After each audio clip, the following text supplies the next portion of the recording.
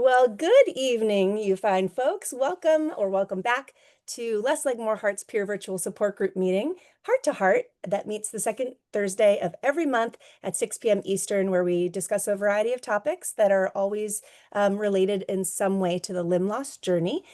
We are a really safe and supportive space for folks to come and share opinions or just listen to the things that folks are saying. And we've been having a lot of beautiful success the last few months by doing more collaborative group-led sessions. And so we kept in the same step with that today. And I wanted to feature a conversation about parenting with limb loss, but it also can extend to just different ways to interact with children, whether you're a parent or not.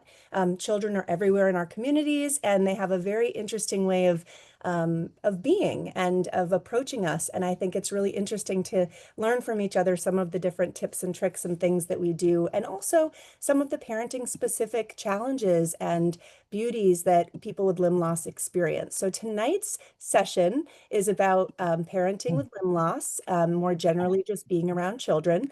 And I'm really excited to see what the conversation brings up. As always, you guys, in terms of housekeeping, can always do the raise hand feature if you have questions or things to share. And in the chat, I've asked if you could just mention a few things, your name, where you're from, amputation level or levels, the reason for the amputation, whatever you'd like other folks to know, because it's really cool to connect with one another and even off screen. And I also wanted to share with people, and this is going to be a little preliminary, but you guys are the first people that I'm announcing this to. We have a new app that was developed for Less Leg, More Heart. I've gotten a lot of consistent feedback from our Heart to Heart community that, man, they want it more frequently. And just to have this kind of connection, because the only thing you really get outside of this and outside of in-person support groups is like Facebook forums. And I don't know if you guys have seen them like I've seen them, but not all are the best spaces to especially get information because you have to really take things with a grain of salt. So Less Like More Heart has an app called Heart Hub. It's not available yet for Android because I have to work through the Google Store to get that done. But if you go on the Apple devices, you're going to see a little Less Leg, More Heart icon. And I would love for you guys, we are not launching formally until the end of the year, but if anyone's interested in looking at the app, checking out the different forums for conversations, and if you have any feedback about things you'd like to see or things, just any feedback, I would love that because we want to build this space to be an international place for amputees to connect with one another. So that's really exciting. Anyway, moving forward, I dropped some stuff in the chat for everybody just to think about the things we want to chat through tonight. And so if you'll notice, there's a lot of suggestions for you and ways that you can chime in. So without further ado, let's get jumping on in. For me, parenting with limb loss has been a really interesting journey and not different than the typical journey that we all face in day-to-day life, where there's so much adaptation and so much trial and error and quite frankly failure that and then each stage changes as we go. So it's been a really humbling experience for me to be a parent, and I'm interested to hear from you guys what your feelings are. But you know, parenting with limb loss is a whole separate set of challenges. You know, I know when I was teaching my son how to ride a bike, I thought that I would never be able to teach him how to ride a bike because my legs don't work very good. And turns out I did it from a motorized scooter, and I was able to keep him safe the whole way. And it looks very different from what I thought my life would look like as a parent, but you can still get things done with the right kind of attitude and you know, creative solutions. So I would love to hear from you guys if you have any type of adaptation or hack that has helped you in your daily routines with your kids. Anything that you can think of that might be a hack or an adaptation. And go ahead and raise your hand and we can get started. And while you're waiting to raise your hand, and feel free, Erica, to clue me in, I'll go ahead and start with one that I created. So I have to take my legs off or my prosthetic off because I don't have blood flow. And when I was nursing my infant son as a single mother, I would take my limb off and I would prop it next to our rocking chair, but it couldn't prop on my rocking chair because it would fall over. But I had to get his dead weight, milk-filled body up somehow from the chair to the crib that was across the room in the dark because he had to fall asleep with my leg somewhere else. And so what I developed was a system that my prosthetic could sit next to me on the nightstand, and I would actually have a new leg system where I could just step right into it. So I did the pin just for that chapter in my life to avoid having to do a sleeve. And then I would be able to carry him over, put him in his crib, no big deal. That was just a hack in terms of things in close proximity. I had to set my spaces up to be successful, or like my living room, I would knee walk across the carpet to take care of his needs and keep and move everything in like a little orb of space. One little hack. Go ahead, Van. Oh, okay. I don't have any I don't have any children or I don't parent, but I have been to three of the Camp No Limit camps for children and kids with limb loss and limb differences.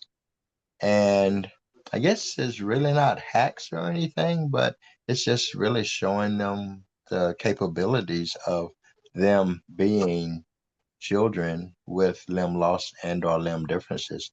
And as you were talking about, you're doing the things with your prosthesis, I was thinking that maybe one of the hacks as a parent could be using your socket for like a bottle holder or something like that. I don't know. Oh yeah, I always do that in the car. Those with parents know there's never enough space in the car for things. Yeah. And you have all the cups. And so you're right. I have used my leg as a cup holder on more than one occasion. Oh, okay. Yeah. Okay. Go ahead, Erica. So Jeffrey wrote in the chat, how do you balance showing strength and being open about struggles? I share a lot on Facebook. I share both struggles and wins. I do get a lot of "you are so inspiring" messages, but I also get a lot of support from friends and family. And then he links to his Facebook page in case anybody wants to be friends with Oh, Jeffrey. that's wonderful. I would love anybody else's thoughts on this. I can answer it myself because it's a great point that you bring up. I think the challenge with social media is that everybody is showing their highlight reel. And for those of us that don't like pity, we're apprehensive to show the tough moments because we don't want pity and all of this kind of sadness that comes along with it. But because of that, everything is skewed away from reality. And it's a really challenging thing to. I was actually mentored a couple of years ago by somebody that said, you need to show more of the hardship because so people get it. And I did a couple of those posts and I just, people are saying sorry. And it was like, I didn't love the tone of the vibe that that gave. So who else has some ideas and suggestions to answer that? Because, being open about your struggles and also balancing strength, I think inherently my 2 cents, Jeff, is I think that the more I've been humbled in my life, the more and more I appreciate how truly strong just vulnerability in and of itself is. So I think those posts for me are tremendously strong just because they're vulnerable. I don't know. What do you think, Erica? I mean, I'm an above knee amputee and I wear skirts and dresses all the time to give people the opportunity to talk about my different ability, as I like to say. And I also try to wear a smile because I feel like if you greet the world with a smile, the world smiles back. And Mm. because of that, people are often more comfortable asking me questions. And I get not all amputees want to be asked questions, and that's totally fine too. But I am like totally okay with that. I also want to read from Kim. She says, my friend's son was 4 when I lost my leg. He's 19 now. He and I hang out all the time. He basically always was asking questions and was very helpful if I explained why I needed help, etc. So that's awesome, Kim. And I also, one of my friends told me that one of the first times that her son met me, he was young, and I waved my stump at him as a hello, and it got a giggle out of him and just made him comfortable with the whole thing. So you kind of have to like judge based on the kid. I find that kids ask questions, or you can base your answer on how a kid's ask a question. They might get deeper and deeper into it. I had a 5-year-old who's going to be a scientist when she grows up, and she wanted to know all about my prosthetic leg and everything. And I lost my leg to cancer, and we ended up talking about the DNA of a a strand of how like the science of cancer with a 5-year-old. So pretty wild. Yeah, that's amazing. Go ahead, Jeff. I've got three quick stories. One, I found a friend at an airport. I hadn't seen him in 20 years. He was the best man at my wedding, and we connected like old friends, but he had really not seen me much with my prosthetic. As we walked to the airport, we were going to the same gate. We were actually on the same flight. Quite amazing. He turned to me and he said, "It is such a trip being around you." And I'm like, "Oh, yeah, it's good to see you too." He said, "No, everyone is staring at you." Oh, well, yeah, I get that. There's a lot. Okay, so that's one. Two, I was in Disneyland in line for a ride, and some mother came up and shoved her kids in front of me and said, "Explain to my children why you have a prosthetic." Right? Mm, Didn't say hello, didn't say, "Are you okay with talking about this?" Right? I am a very friendly, approachable person. I will always have a smile on my face similarly, but um, yeah, no, that's very confrontational, and yeah. and I had to be prepared to have a short conversation that was age appropriate to her small children, like maybe 3 and 5 or something like that. And I had to have something to say. Okay. And then the last story was I was in San Francisco this weekend, hanging out at Coit Tower, just enjoying the sights. And this kid comes up to me and he's just like this. And he's just, "Look," and he's calling to his brothers, "Look, look, look." Parents are nowhere to be found, of course, but the kid is like, "What is this? I don't understand," right? Calls all of his brothers over. They're all talking and pointing. So, of course, what do? I pull over to the side, get in front of the parents, and then I say, "Would you like to see? Let's pull off my leg and you can check it out," right? So then the parent stepped in and said, "Look, we're all different. We all have different needs. This is something that he needs to help him walk." And I said, "Absolutely. I got injured in an accident. The doctors want me to be able to walk. I want to be able to walk." So they gave me this cool little tool, right? But I had that story in my head already. Because I had been stared at and pointed at and talked about in front of my face so many times. Oh my gosh, you're so right. It's almost like you need an elevator pitch, Right, like a right. couple versions of it. We'll go into all the different interesting dynamics of when children ask things, but when you mentioned that woman and that approach, for me, before I came to a place of acceptance, like when I was going through all of the trauma of recurrent surgeries and like I was not okay, I used to get so frustrated and offended when people essentially were trying to pacify their curiosity at the expense of my emotional health. Right, Like right. the intrusiveness of like asking me in this quick interaction to expose the most challenging thing in my life when I don't even know you Right. was a really hard thing to figure out at some point. And to Erica's Mhm. point, I now expose my leg everywhere because I'm at a place of acceptance and it's an educational opportunity. But I didn't in the beginning. I wore maxi skirts and everything to conceal it because I was so uncomfortable being a fish Right, in the fishbowl. But so yeah, you're not right. alone. No, and then I find somebody like Nico in the Costco parking lot, and I will walk right up to him and say, "Hey, how you doing? I don't know you, and I'm your best friend," right? Like so, we have a connection with other amputees. Um, I did the same at another restaurant just recently, and I have invited like 2 or 3 people to join this group. So hopefully we get some more engagement. But peer to peer, one thing; peer to child, another, or adult to child is another. It's very Yeah, interesting. it really is. Go ahead, Tina. Well, I'm a parent of grown children, but I have grandchildren, and I was a teacher, and I now teach at church. But last evening, a little boy sat down because we have dinner before our Pioneer Kids meeting, and he says, "Where's your leg? Where did it go?" So I just had to explain to him. First, it was, "How'd you lose it?" So I told him, "Well, where is it?" And I said, "Well, I'm really not sure. I didn't ask the doctors what they did with it, but I said, I'm sure that they took care of it the way they were supposed to." And then he said, "I miss your leg. Do you miss your leg?" And I said, "Yes, I do." But I said, "I'm healthier now than I was with it." And Hmm. that seemed to help him. I think if we can come up with honest explanations that won't scare children, that's one of the best approaches. And kids, they will say the darndest things. Like another kid at church came up and said, "Do you tell people hasta la vista, baby?" And I said, "I sure do." And his mom says, "Oh, I'm so sorry. I'm so sorry." I said, "Don't be sorry. I loved it." Uh-huh. Yeah, it's only weird when you make it weird. And I feel like the parents, people aren't educated on how to deal with people with disabilities or talk to people with disabilities. And parents seem to be horrified when their children, for me, have a beautiful, not like innocent curiosity. Like I wish more adults would approach with the same kind of honest curiosity as children because it feels so good to be seen in a non-judgmental way and that they're truly interested in understanding, which is beautiful. Yeah, you're right. Go ahead, Barb. Oh, I think you're on mute, honey. Oh, go ahead and hit that microphone button, Barb.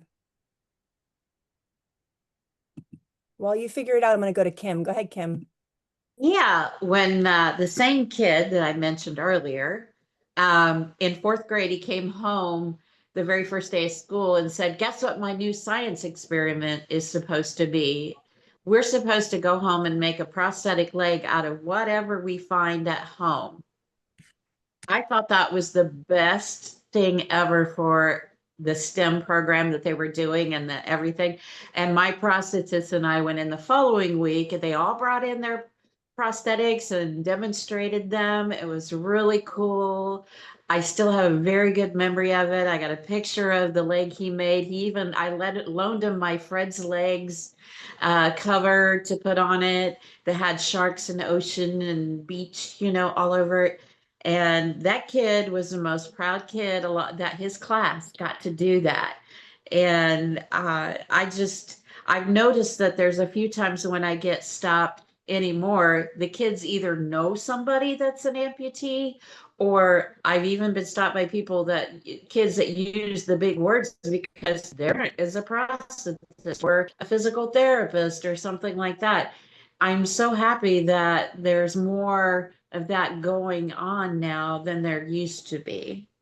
For sure. But to your point, like having more people speak at schools especially, or have those types of either robotics classes or mechanic type activities to help pull the curtain back and expose so things feel less foreign. My son does a show and share. He's in pre-K right now, and he's 4.5. He'll be 5 next month. And he had a show and share with the letter, because they learn the letter F. And so we have to bring something around the home to his classroom for him to show. And so people brought frogs and finger traps and, all the F words. And he brought a prosthetic foot. He brought a foot shell. And so I have a video of just how excited he was to share this foot. And he came home and he goes, "Guess what, Mom?" And I said, "What?" He goes, "I was the only one that brought a foot." I was like, "Yeah, honey, you probably were." Go ahead, Barb. Yeah, I don't have any children, but I often thought about what would I say if a little child asked me what happened to my leg? And what I tell them is I just say God made me this way. And because I lost my leg through malpractice, I don't want to say, I had a bad leg and the doctor screwed it up. They'll be afraid to go to doctors and they might lose a leg. Now, the neighbor boys next door are 9, 5, and 3. They know, and they love to call my leg the robot leg. So when I'm wearing that, they come right over. They want to see the robot leg. But yeah, if they're children, I don't know. I'll just say God made me like this. And Yeah. yeah. Yeah, you're right. I'll always ask a kid when they ask me how old are you? Because to Tina's point, a lot of kids want to know like what happened, and they're trying to figure out if you're in pain or if it hurts. Like they're naturally so empathetic. And I had to really tailor the things that I said to make sure that there's an optimism in the tone of what I say. And so, with the younger kids, I'll be like, "Do you know Iron Man?" And they'll go, "Yeah." And I go, "Well, you can't tell anybody because this is a special prototype, but this leg is like super fast and can do some really special things. That's how I keep up with Wade." And they all like giggle and they think they have a secret with me. But for some of the older kids, I have to say things like, my blood flow doesn't get down to my foot. So my foot was really slow and I couldn't jump high. And this foot lets me move faster and jump higher. And it can be as simple as that. And then they'll go, oh, look at what I made for art. And then they had no more questions. Like it was, Yeah. that was a perfectly sufficient answer. Yeah. Go ahead, Nico. Hey, sorry I'm late. I had No to get worries. back. I was dropping off my son, but Good I to came see in, you were you. saying something about the kids, and it just made me want to share it. When a kid asks what happened, I say I wasn't listening to my mom and dad, and they told me to be careful, and I was being stubborn, and this is what happens. Always clean your room, eat your vegetables, blah blah blah. That's what I say. I say, this is what happens if you don't eat vegetables, and they look like horrified. So yeah, that's a good one. Or And then you gotta make sure you listen to your mommy and daddy, because yeah. you never know what can happen. And for adults, I did do it with kids for a second, but then I switched to that one because I like it more. But now I just say like, "Oh, I. Slipped on an ice cube," and then I just keep moving. Yeah, Unless they seem like a nice person, then I'll just talk to them. But right. for the most part, it's easy to just be like, "Slipped on an ice cube," and then you know. That's funny. That's really good. Yeah, simple's always the better answer. But then you'll get that 8 or 9 year old that's like an only child that's grown up with all adults, and they'll hit you with some harder questions, and you have to kind of look at their parent to see like how honest, like how, there's that weird age where it's like not super young and it's not old enough to handle, like they couldn't watch a PG-13 show yet. So you're like, where is my PG plus kind of version? So yeah, you're right. Anybody else? I'm sorry, real quick to Oh, button. go ahead. I do have a pre-op call with the surgeon, and I have to be off in like a minute. So Well, just a heads up. congratulations. He's Thank you. he's moving forward on his osseointegration. That's huge. Good for you, Nico. Thank you. I'm Yeah. excited. Yeah. And also, as an aside and unrelated to this topic, I wanted to welcome a new face, our newest beneficiary for Less Leg, More Heart, Miss Victoria, who's here. So if you guys want to drop some love to Victoria, she's kind of newish in the amputee journey. And I think that connecting with her would be wonderful. She's in Wisconsin. So I just wanted to plug that as well. Well, let's move on to the next point. How do you manage tasks like cooking, playtime, or getting everybody out the door with limb loss? Like, what are some different things you've had to do or considerations you've had to make or, plans you've had to tailor? I'll start while you guys think. For me, being a Sherpa and carrying everything, like being an amputee, you can't just run out the door usually.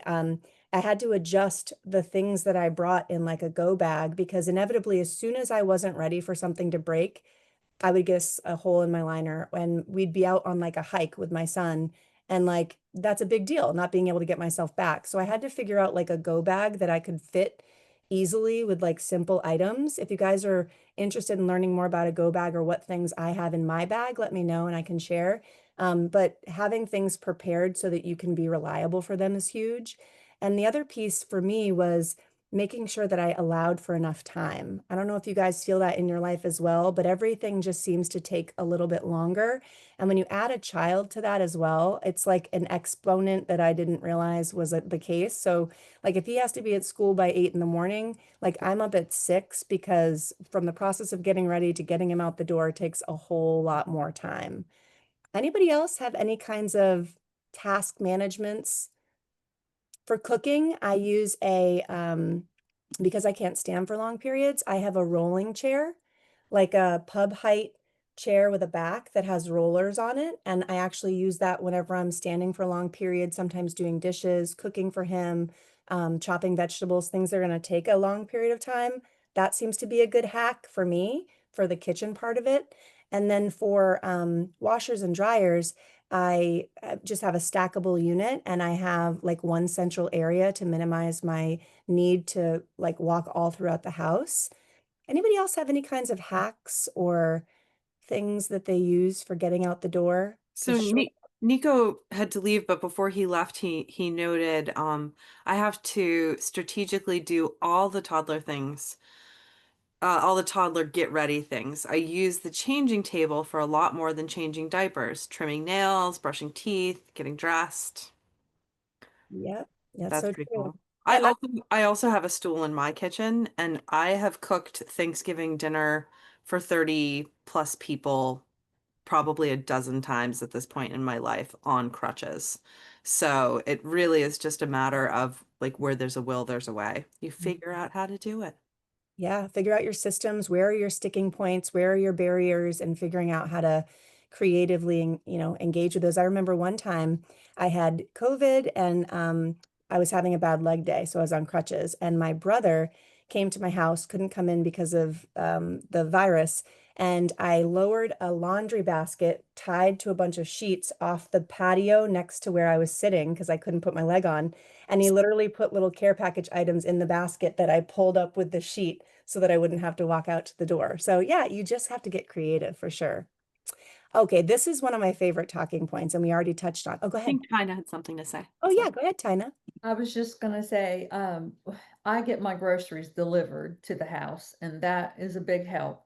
And it does cost me $99 a year, but I think actually I'm saving money because then you're not walking around the aisle and say, oh, I might need that. I might need that. Oh, you're totally right. And you can scour the deals on those apps. Yeah. Yeah, Yeah. that's been a game changer. There's actually an app. I'm not endorsed by them, but it's called, I think, Meal Lime. And you can actually you can pick the recipes that you want, and it has a link into Instacart so that you literally pick what you want for the week, hit the button, it goes right, all the ingredients automatically load for the recipes. Like, talk about working smarter, not harder, especially as a parent. That's a pretty good hack. Yeah. Um, okay, so we touched on it, but I know we all have a lot of things to say here. So, how do you explain your limb loss to children and what's worked for different ages? Like, so I know that Victoria, I don't know if you're comfortable sharing, but if not, I can read what you wrote in the chat. Yeah, I can read it for you, honey. So she says she's used shark attack, bear wrestling gone wrong, cage match with a gorilla. She said she has a ton. Who else has really interesting things or go-to lines that they use for children? I'll go ahead and start while you guys are thinking about it. So I've done the Ironman thing, as I stated. I've told people that I had a skydiving accident. I did get through it with one time with a straight face that I was surfing and I fell off a board and got bit by a shark. I've said I was in a pig wrestling match at a local fair. I mean, I've said some outlandish things just to, it gets old after 9 years. It's like you got to switch your story up just to humor yourself kind of deal. But who else? I know, Erica, you've got to have some colorful things you've said.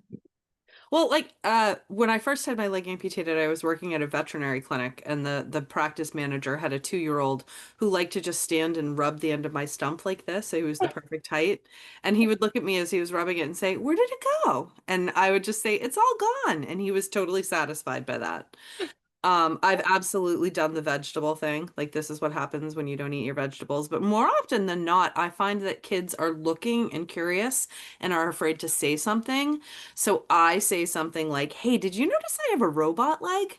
If you want to ask me any questions about it, that's cool, not a problem." I don't have kids, but I do have four-legged kids. Aw. So yeah. This one is new to my family and is very needy. Aw. But I think again, I base my answer on the questions, and the more in-depth they get with the questions, the more in-depth I get with my answers. And then if their parent or guardian isn't there for the conversation, I usually give them a heads up on what we talked about so that they can be prepared for the follow-up. Yeah, that's really helpful. And I love your approach to lowering the barrier of entry to the conversation when you can tell that they're interested and curious and just don't know how to approach. I think that that's huge. I've done that a couple of times too, and it's always a good feeling toward the end of it. Um, I know that with my son's classroom, many times, as soon as I enter and drop him off, all the kids still, and it's been years that we've been at the school, will just line in like a semicircle and they'll just sort of look for a bit, or the like one will come up and touch it, and then all of a sudden there's three or four that are touching it, and I'll just sit on the floor. Like, I'm so open. I'll like sit on the floor, I'll show them where my release button is. I'll have one of the kids pop my leg off, and then they each want to take a turn popping my leg off. And it's been really beautiful for me to see the conversations that come out of that with the parents later. Like at pickup, the parents will say, "Oh, little whoever was talking to me about how like you took your leg off. Like, thank you for doing that. Are there any kinds of things that I should share with him further, like after this conversation?" And that sort of caught me off guard because there's so many directions you can go with that. And so I think that my answer usually stems back toward just helping them understand the utility to having conversations. That like just the conversations and talking and asking questions is totally okay. It's always with the intent, it's always the intention behind it. So some of these people at the grocery stores are like, what happened to you? You know, they're just pacifying their curiosity. But when a child is there, you want to be as open as you can. Absolutely. Christy noted in the chat, I get stares and I want to say something, but my husband says no. And I'm curious, Christy, does that frustrate you that he is like censoring your conversation with kids?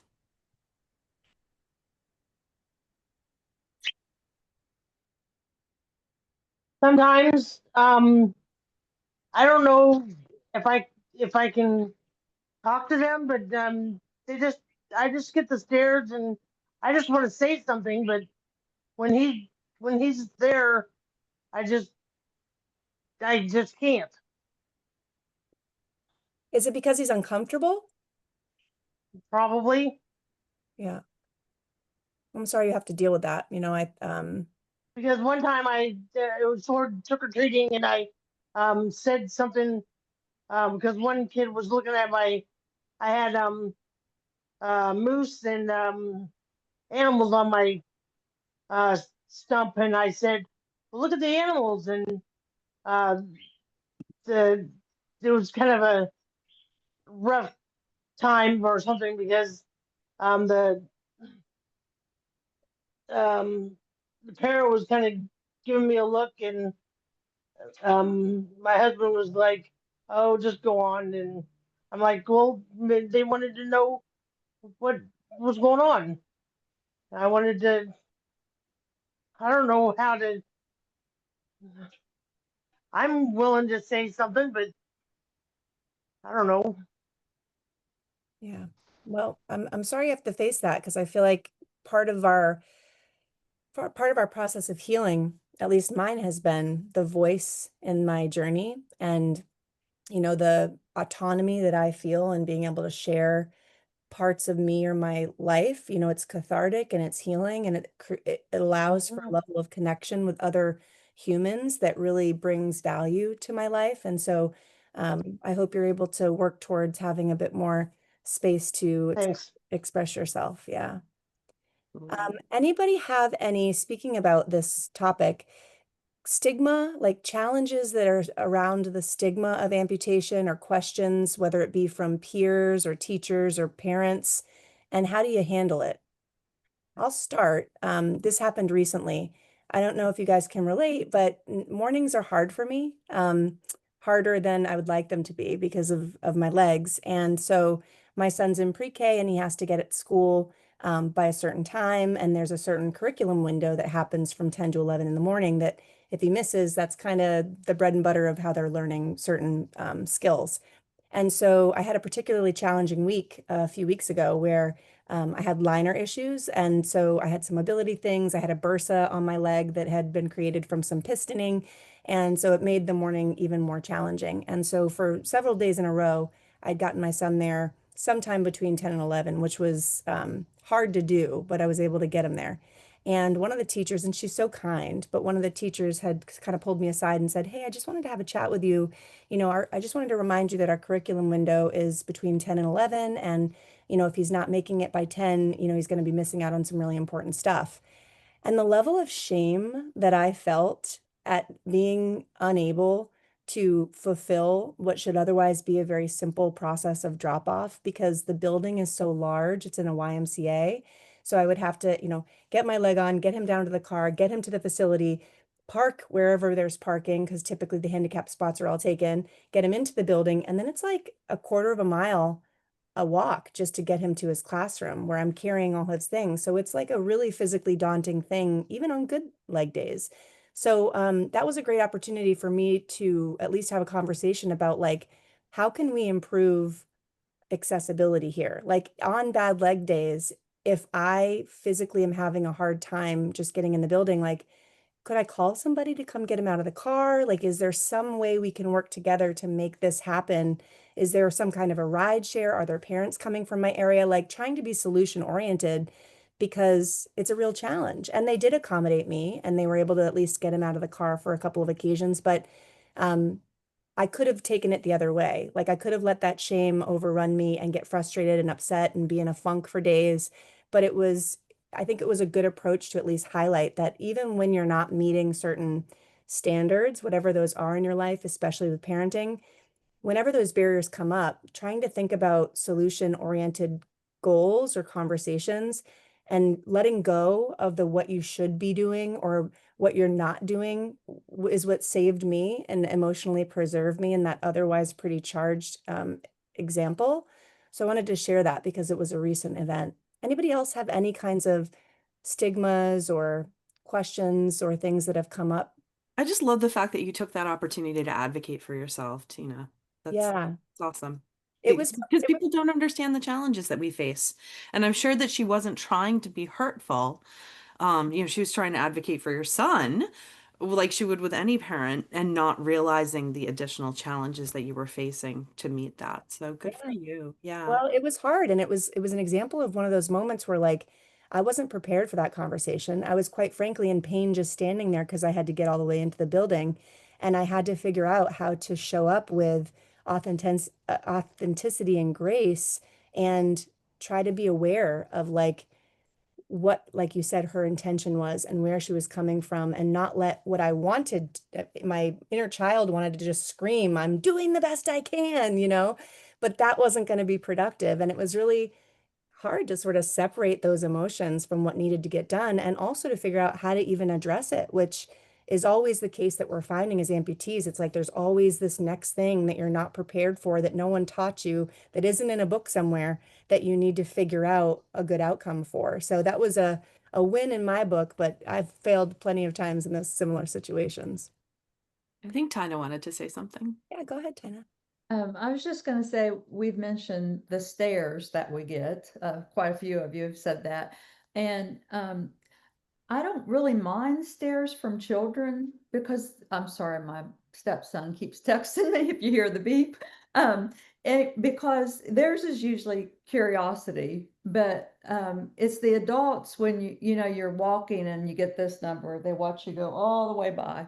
Mhm. And so I was just talking to my physical therapist about that, and he gave me a different outlook on it. He said, I really don't think they're staring at you in particular. He said, I really think they're interested in how that prosthetic is working. And that gave me a better outlook on it. That may be not what they're looking about, but I'm starting to feel that way, and then it doesn't seem to bother me as much. No, that's really helpful. It comes up a lot with what we do with Less Like More Heart that I mean, almost every time there's a conversation about how people, quite frankly, avoid social situations because they can't ever just go out and be who they've been before. They're always going to be an anomaly. They're always going to feel different. They're always going to be curious enough where people are interested. And that's a lot of attention for people, especially introverts. I mean, even me, an extrovert, it was so hard to figure out. So any kind of narrative like that in our head that we can start to tell ourselves as our story rather than the other part that comes up, which is like, I'm different, I'm abnormal, I don't fit in, there's a lot of different things we can tell ourselves, and our narrative is what shapes our experience in life. So having that as an alternative narrative can be really helpful for some people I know that are even on this call. So that's great. Thank you so much. All right. So anybody else? Oh, Miss Ginny, go ahead. I actually, I'm kind of new at this because I've only just started having my leg. I actually went to a cane now this week, so I was proud of myself. And that's the one thing. We live in a small community, 1,300 people, and whenever I go anywhere, they're mostly really proud of the fact because I went from all that I had, and then to the wheelchair, and then and it's like I get so many compliments and so much inspiration they tell me, and so I don't know that I noticed it yet, but I am so new. So give me a couple of years things because my brain probably isn't even focused on what they're thinking because they all say, "Wow, what are you doing?" I mean, I can't believe that you can do this. And so it's kind of like the opposite of being, I mean, I want to be an inspiration. I want to be able to see because people can get through struggles. It doesn't even matter. It's not just amputation. I mean, there's a lot of sick people and a lot of that. And it's like, I just think that all I have to do is have a smile on my face, and I've not had anybody, feel sorry for me really, because I always said right from the beginning, I don't need sympathy, I just need prayers. That's all the way I always say that. And That's so it's been rewarding to me because I didn't know people even recognized. Honestly, I didn't, that they would even think that they can't believe how I could go through the struggles and have faith.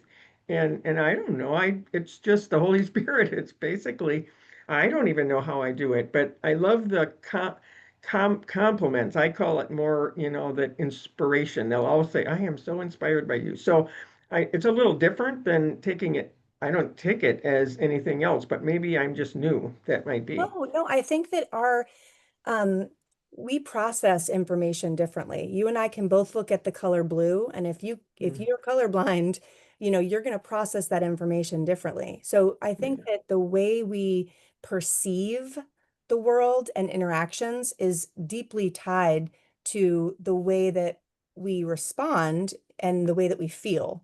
And so Mhm. part of the healing journey for me has been shifting my processing of what's happening to have a better lens or a sunnier lens. And you just organically have that. And man, amputee pun intended, but that is a really big leg up in this journey. And the other thing that I thought about in terms of your story was that's the secret sauce. The people in your small community are giving you words of empowerment.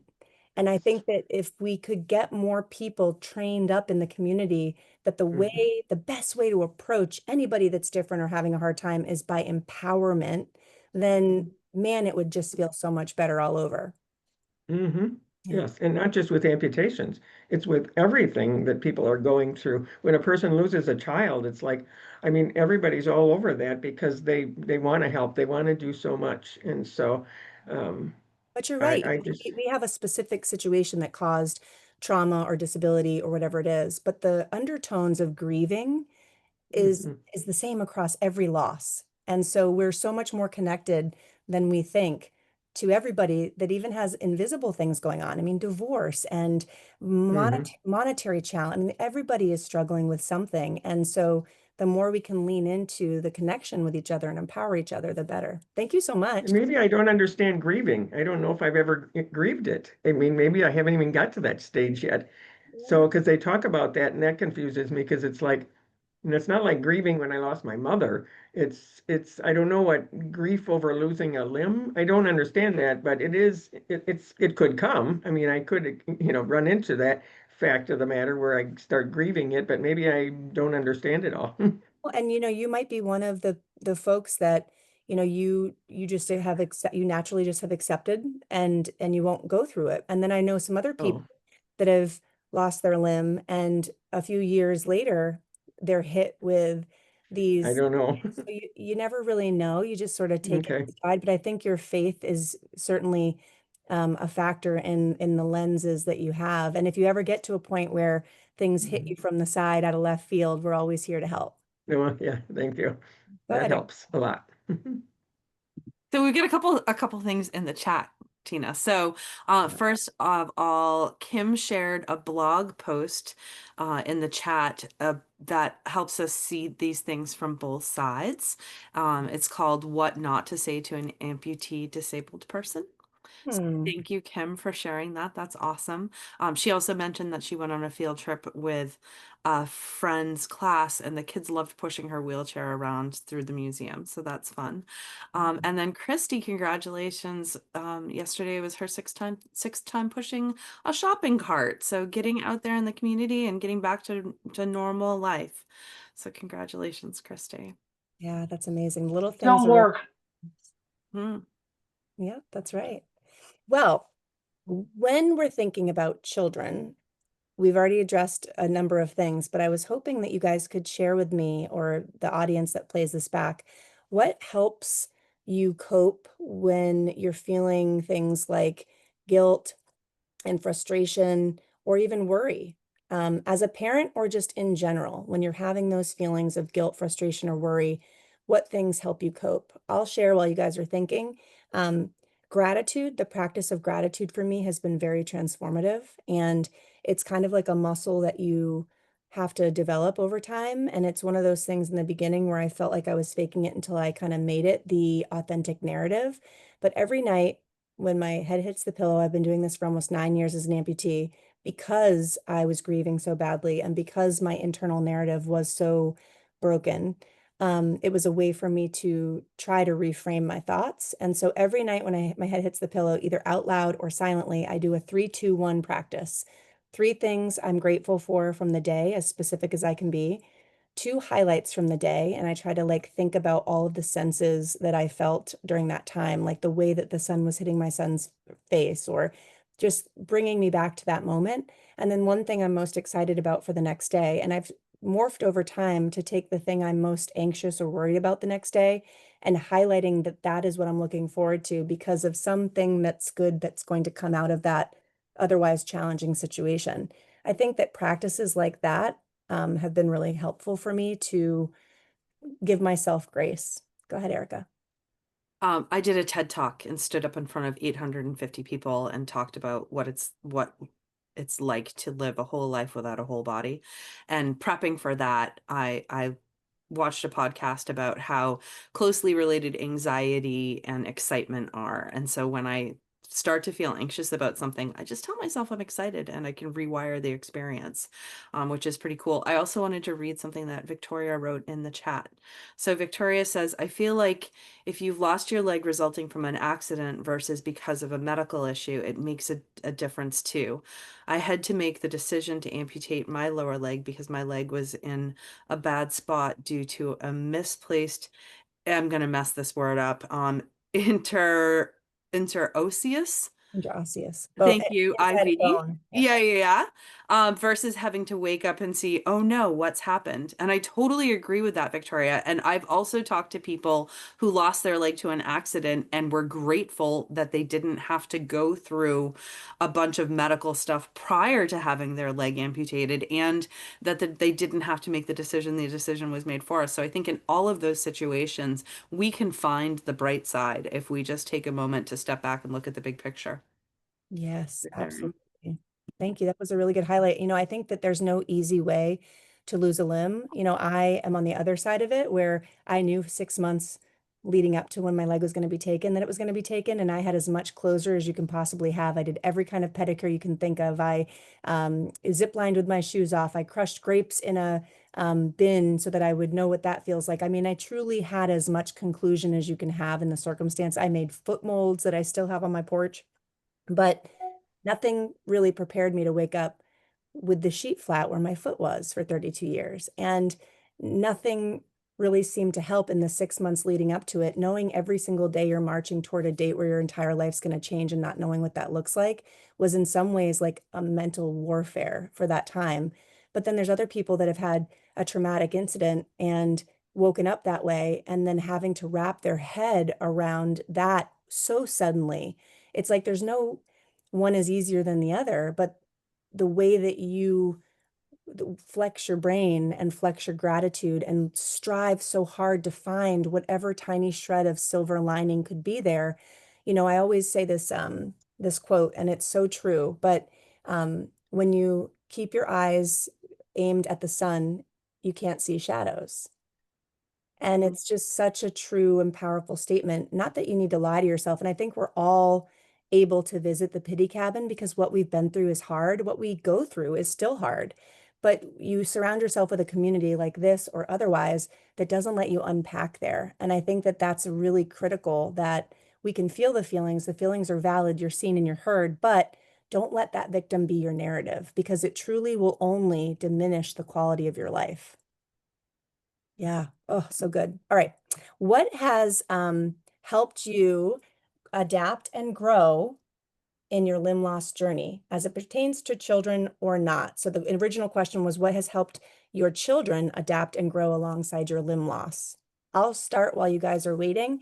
My son learned to walk at POA in Orlando alongside dozens of amputees that literally had just gotten their legs and were learning to walk. And I will never forget how incredible it was watching and holding my little wobbly son with bilateral above the knee amputees and parallel bars and boys that were on the rock wall with neither of their legs donned, that were climbing the wall with no legs, and then him trying to follow them with his whole body. And I have this beautiful video on my Instagram of my son inside parallel bars with a quadruple amputee congenital child that was 3.5 years old, that had like a hip disarticulation saddle on one side that he was trying to walk on. And he was unmotivated to walk in the parallel bars because it's so much effort for him. And my son toddled up on the other side of the parallel bars, couldn't talk, but he barked something at him. And it sounded, I swear, or at least the tone of it was like, come on. And he motivated this young kid to walk across the parallel bars on both of his prosthetic legs. And it was just like one of the most magical moments that I'm so grateful to have seen and also captured. And if I find it, I'll put the link to it in the chat when someone else is talking, because it's just like such a beautiful moment. So having accessibility and perseverance and grit be at the helm of all that he sees and interacts with, for me, is such a powerful positive to being a parent with limb loss. I think it's really important for us to recognize that other people are going through challenges that we can't see. Like, we have a very visible challenge that we're overcoming, and we inspire so many people that we don't even know. They never say anything. They just see us getting on with life and doing our thing, and it inspires them to get through whatever they're going through. I think that it's a great excuse for us to just get out there and live. Totally. Yes. Anybody else? Any kinds of... Barb. Oh, go ahead. Oh, Miss Barb, go ahead. Go Can ahead, you hear Barb. me? Yeah, we can hear you. It's probably not exactly the subject we're talking about, but when I listen to all of you people talk, I should feel more motivated, but I still can't stop telling myself that I'm a failure because I cannot walk with a prosthetic leg. I'm still waiting for the part. I told you they're going to make my leg longer, and I called about it, and he said it still hasn't come in. I don't know what's taken so long, but in a way, I'm motivated because I'm like anxious to get it. So I feel like I want to work harder, but yet in the back of my mind, I'm like, it's telling myself it's never going to happen. And I want it so badly. And I think this group's going to get me there. I really do. You know, Yeah. because you guys are really good and I get a lot out of it. But That in between is so hard. You know, it's like you're well, waiting. it's going to be 5 years in February. Yeah, I really thought once you get your leg, you put that on and you go out and walk. You know, they don't yeah. tell you to go through this. I know. Well, you're not alone. I mean, it took me 18 months to be able to walk, and I was told that I should be up and running in 3 months. And it made me so, I mean, quite frankly, depressed and devastated in the beginning of my journey. I remember feeling so stressed and so frustrated and so down on myself. And so the narratives that you have are because somebody, set you up with an expectation that really shouldn't be in place because everybody is so different. And so you're not alone, and I can relate to, I know a lot of people here are nodding their heads that we've all been in that position, but I would encourage you to change your narrative instead of saying it's never going to happen. And that's a defense mechanism that you're doing just to start to try to prepare yourself for the worst case scenario. I would challenge you to start thinking, but when it happens, how exciting Right? is it going to be? Not if it's going to happen or it's not going to happen, but I just got to hang in there a little longer. Like, you're right at the end of the tunnel and the light is almost there. And I know you're probably so tired of having to wait, but just keep the encouragement a little longer and don't deprive yourself of the joy by thinking worst case scenario. And I know that's so much easier to say than to do. No, that's just a bad thing. That's just one of my bad habits. Yeah, I that's have okay. to start thinking more positively instead of negatively. No, I get that. But like I said, it's something where you have to put concerted effort into it to be able to change that wiring. And the wiring is typically a coping mechanism to help prepare us for dealing with the aftermath of a bad outcome. And so the more that you practice that, I call it second pass theory. So like, if your brain automatically thinks a negative thing, the first step to changing that narrative as a natural occurrence is to, number one, be aware, like, oh, I'm doing this again. And then the second step is to write that over with a better statement. And so if you said something like, it's never going to happen, you have to go, oh, I just said that to myself. And then you have to go, I'm going to change that. It is going to happen. I just got to hang in there. And the more that you practice that awareness and overwriting, the more naturally your brain just starts to go to that better path. Okay, thank you. Yeah, you're welcome. And we're always here to support. You can always, you can always call. Go ahead, Van. Yes, just a comment to Miss Barb. Yeah, it is real easy for us to think that something is not going to happen, especially after an amputation, and to think that we're failures. But we have to have measurable, I guess, I don't know what to call them, not necessarily goals, but we have to be able to measure ourselves and our progress realistically. Just because you're not up and walking right away, which I'm pretty sure all of us thought we were going to be able to do, even myself. I took my when I got my test sockets done and I went back to get my regular legs, I took my cane with me with the expectations that I was going to walk out of my prosthetist office on my legs. I couldn't. I had to sit my butt back right down in that wheelchair and get wheeled back to the vehicle and roll back. And it was like months after I got home that I was able to walk. But it was through measurable outcomes because first I started just doing exercises, and it started with maybe like doing 5 leg lifts and then 10 leg lifts and then 15 leg lifts, or 10-second butt squeezes just to work on my gluteus, and then progress to 15-second butt squeezes to 30-second butt squeezes. And all of those little small things that we really don't think about, all of those are measurable outcomes, and all of that is progress. So I would encourage you, as Tina said, to just, don't think of it as just failures, but put it in a perspective of the small steps that you take in order to achieve your final goal, whether it's 5 days or 5 years or 10 years. We're all so different that we just have to do it at our own pace, and don't measure yourself by what you see others do, which is a bad habit that all of us get into. I Yeah. mean, I'm fairly active, but I see people doing other things that I'd be like, man, that's what I need to be doing now. And so that's some of my goals, but some of it's just not realistic for everyone. And we just have to have measurable outcomes and be gentle and kind to yourself. And, All right, thank you. yeah. That's some good wisdom there, Van. Thank you so much for sharing. Gentle and kind. That's something I have to continue to remember for myself as well. And you're not alone, Barb. We were all there with you. Go ahead, Ginny.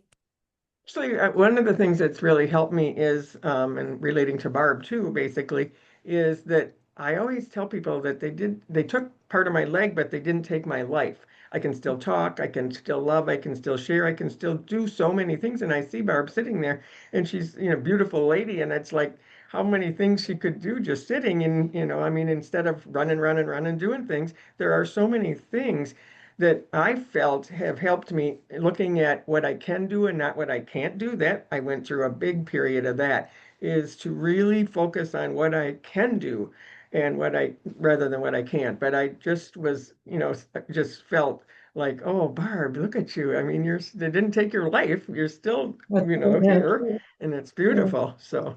Right. Oh my gosh, love this. Well, I know that we're out of time. Can you believe another hour has passed? And I did find the video, so I'm going to screen share this. Can you guys see my screen? Yes. Aw, Can you hear it?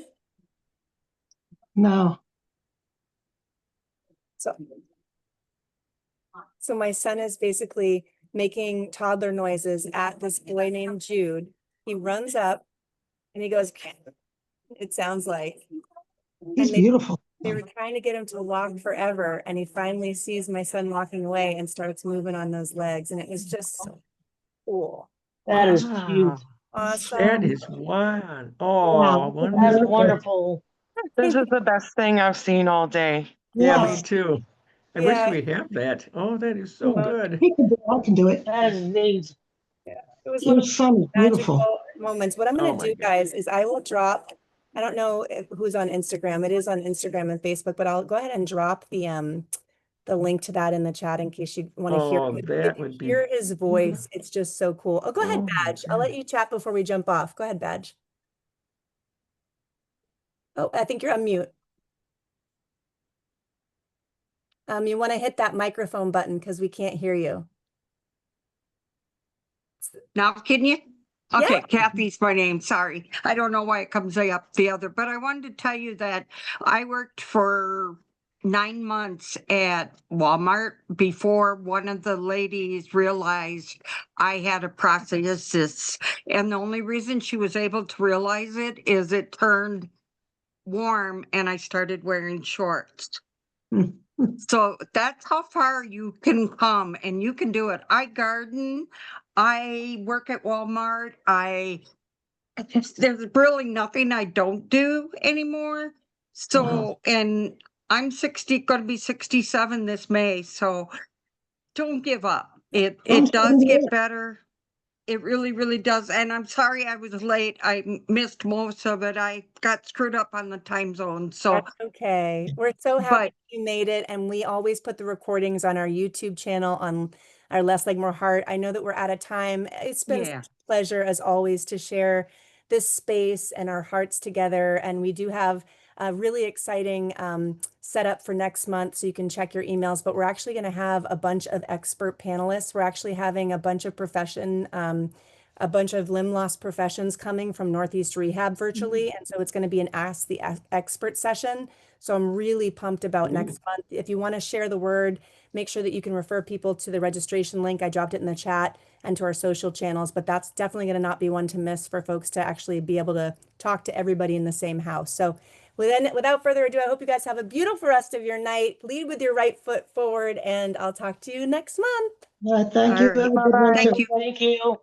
Bye, everybody. And if anybody ever wants to talk to me, just go ahead, Facebook me. I'll gladly talk, or you can even instant message me, whatever. I will, gladly talk to anybody because nobody knows it like we do.